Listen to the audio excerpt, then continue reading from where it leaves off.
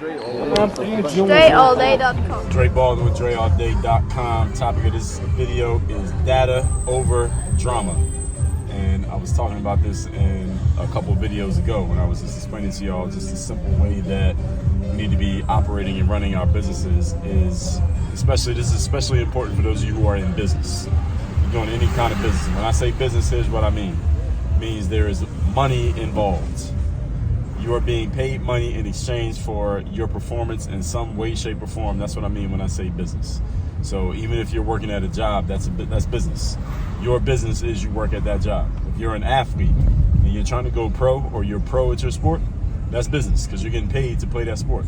And if you're an entrepreneur, of course, that's business. You are running that business. You're in charge of that business. You're one of the shareholders of your business. That means you're one of the owners of the business. And it's your responsibility as the owner of the business to increase value for shareholders. And if you're the only owner, you're the primary and the sole shareholder in your business. So what does all this mean? Data over drama and knowing your numbers. It means the decisions that you make need to be based on, doesn't have to be 100%, but foundationally based on knowing the data, knowing the numbers that are in front of you and what makes most sense. I put an article out. You can find it on my Facebook page, and also if you're on my email list, you've seen it. Also, I'll put this on Instagram as well. I call it my $250,000 entrepreneur math secret. It's not a secret, so I'll put entrepreneur math in quotation marks. It's not really a secret, but I call it a secret because it's something that a lot of people don't think about, and it's simply based on data. If you are selling a book that costs $15, and a lot of people want to write books these days because a book does give you credibility, still does that, but excuse me. While a book does give you credibility, the ability to write a book has become democratized to where it's very easy to write a book these days. Anybody can write a book, and you can self-publish a book. So you don't have to go through a gatekeeper, or nobody has to approve of you. There's no process that there's no process that you have to follow in order to get a book published. You can just go write something on a PDF, go to Amazon or one of many other publishing platforms, you can put a book out. So a lot of people want to write a book these days, not just because of the credibility that comes with it, but also because it's very easy to write a book. And here's the challenge of it. If you're selling a book for $15, you know how many books you got to sell to make $250,000? You got to sell 16,667 books if you just do the math on it. I think that's the number. I mean, you can do the math yourself and figure out what the number is. I believe that's the number. I wrote this in my article. So you read the article, you'll see the exact number. That's before Amazon's cut of your profit, and they get a cut. That's why Amazon is Amazon. That's before you pay for the printing of each book. That's before you pay for the shipping of each book. That's before any marketing dollars that you spend to advertise and promote your book. And that's before any inventory costs if you are shipping the book yourself. Inventory costs of whoever is holding the book, if you're doing it that way. However you getting that book out, that's going to cost you as well. So it's not really 16,000 copies. It's more like 25,000 copies you got to sell to make $25,000 because you're not making a full $15 of profit on every book that you sell. But that's when it comes to writing books. If you sold a $97 course, then you got to get a certain number of registrants in there. And I did this if you did $97, $297, and then I said, what if you were selling a program or a mastermind or a course or whatever? It costs $225,000, not $200, $25,000.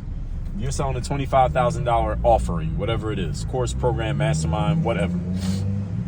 And you were trying to make $250,000. How many of them do you got to sell? Simple math. You only got to sell 10. 10 sales at $25,000 equals $250K. See that? That's simple math.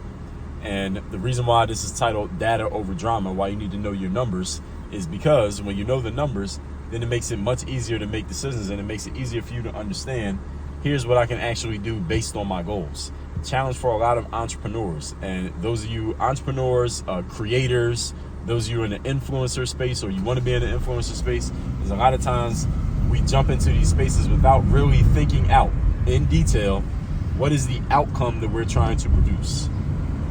You jump into a space of TikTok or Instagram or YouTube and say, all right, I'm gonna put up a bunch of content, or I'm gonna write a book, or I'm gonna put myself out there, I'm going to start this podcast, or whatever it's going to be, and you don't actually take time to think about what do I want to achieve from doing all this. So let's say I launch a podcast, I write a book, I put out a course, I start a YouTube channel, whatever. What's the goal? What's my goal? Is my goal that I want to make a side income, so I got an extra $1,000 coming in every month so I can take care of bills and put some money away for the future? Is my goal that I want to become a millionaire and make 6 figures a month from what I'm doing? Is my goal that I just need to pay off this tax bill and then I'm going to stop doing it after I take care of that, so I'm out of this financial challenging situation that I'm in right now?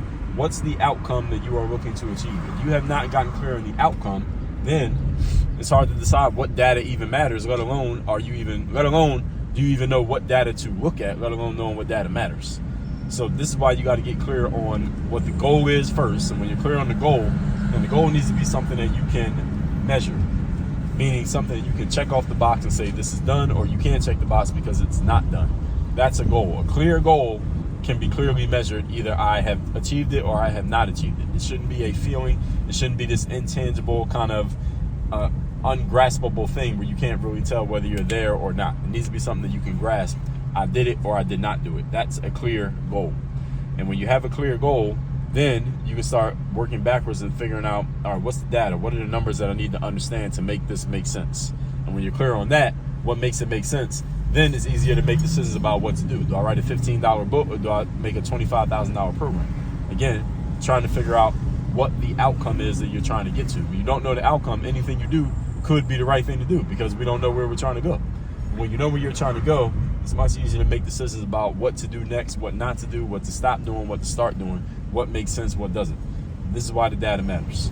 And when you're clear on that, then it's much easier to figure out, okay, now that I know I need to do something that is along these lines, now I know I need to take this step, and that step. I know I need to take these steps moving forward. Now, all right, I'm going to write a book, and I'm going to charge $15 for the book. How do I make a $15 book? How do I sell a $15 book? How many people do I need to sell it to? How do I get it out there so people know that I have it? How do I market and promote it? Or are you going to make a $25,000 course? Okay, how do I get that out there to the world? How do people know that I actually have that available to sell? See, these are all the questions that you ask once you get clear on the thing that you're trying to get to. This is why the time that we spend planning is more important than the plans themselves, because the plans will change over time. You may start with one plan thinking that you need to do things one way, and as you get into it, you realize, okay, that's not really what I need to do. But as you go into executing, you'll realize, okay, now that I took that time for planning, I realized that this plan that I initially came up with is not really the thing I need to do. I need to do something a little bit different. Now you can make your adjustments. But the time you spent planning will save you a whole lot of time later on. You won't have to make as many adjustments as often, and it won't take you as long when you've taken some time to plan from the beginning. Everybody understand? And this is why the data and knowing your numbers matters, because data and knowing your numbers don't change like opinions do. Opinions and feelings change all the time.